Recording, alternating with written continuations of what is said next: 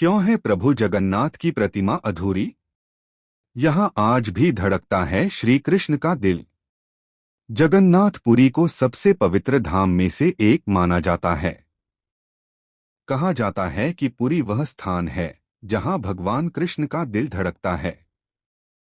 इसके पीछे कई सारी पौराणिक कथाएं भी प्रचलित हैं। बता दें, यह धाम भगवान विष्णु के एक रूप जगन्नाथ प्रभु को समर्पित है। उनके साथ इस स्थान पर उनके भाई बहन सुभद्रा और बलराम भी वास करते हैं। ऐसी मान्यता है कि इस दिव्य स्थान पर भक्तों की सभी इच्छाएं पूर्ण होती हैं।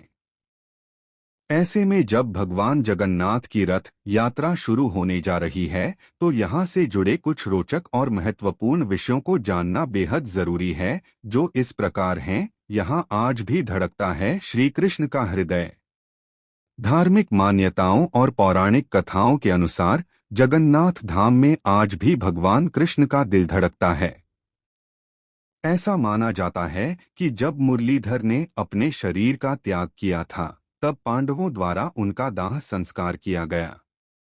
शरीर के जलने के पश्चात भी कान्हा का हृदय नहीं जला, जिस कारण पांडवों ने उसे पवित्र नदी में प्रवाहित कर दिया।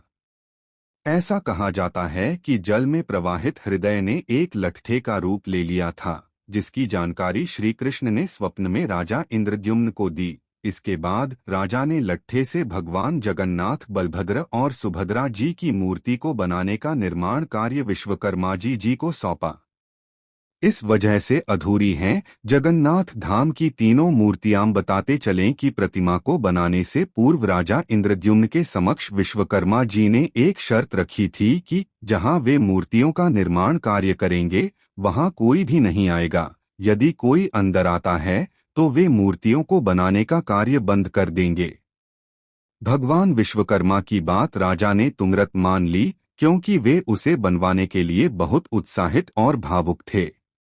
इसके पश्चात विश्वकर्मा जी उन मूर्तियों को बनाने के कार्य में लग गए।